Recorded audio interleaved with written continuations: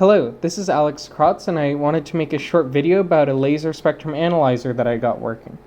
You can see here, I have a blue laser shining 473 nanometer light into the head of the laser spectrum analyzer. Inside the head of the spectrum analyzer is a rotating diffraction grating that, after a series of mirrors, bounces the laser light onto a detector. The detector then sends a signal to an amplifier, which allows one to adjust the center wavelength as well as the gain on the signal, and then sends that to an oscilloscope. It sends two signals to this oscilloscope. I can show both of them.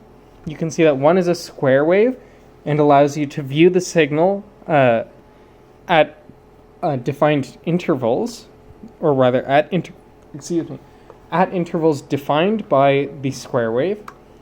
And so the signal that we get is this narrow peak, and it's of interest for me to know what the line width of the laser is. So by that I mean what its full width half max is. And so we can use the hold functionality on the spectrum analyzer.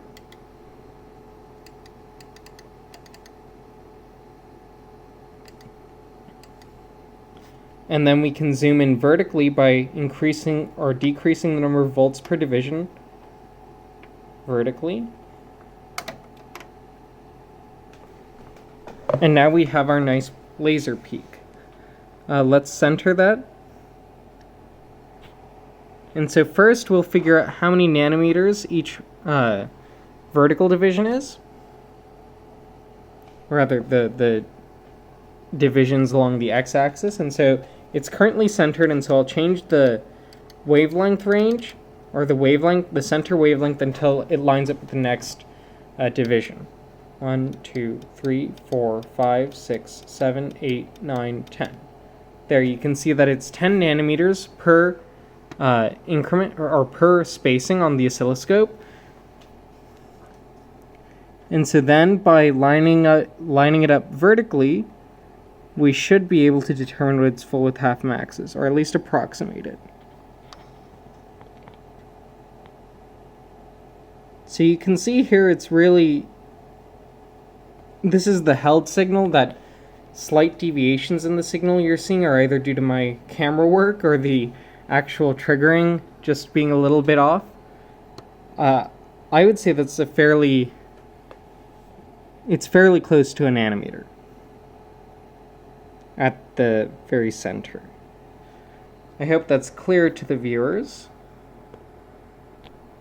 Perhaps I can reduce the intensity of the...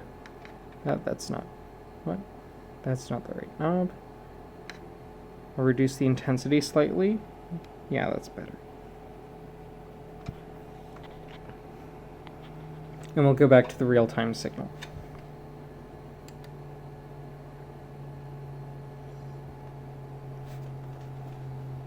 The oscilloscope I'm using is a 30 megahertz analog oscilloscope. I got it along with this laser spectrum analyzer from a lab that I'm working in. They were cleaning out some of the other labs, and they were going to throw this out, which would have been a shame. In any case, this used to be used for research, but it's not quite research grade anymore.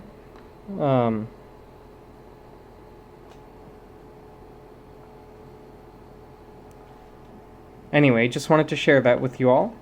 I hope you enjoyed this video, and I hope to see you in the next video. Once again, this was Alex Krotz, signing off.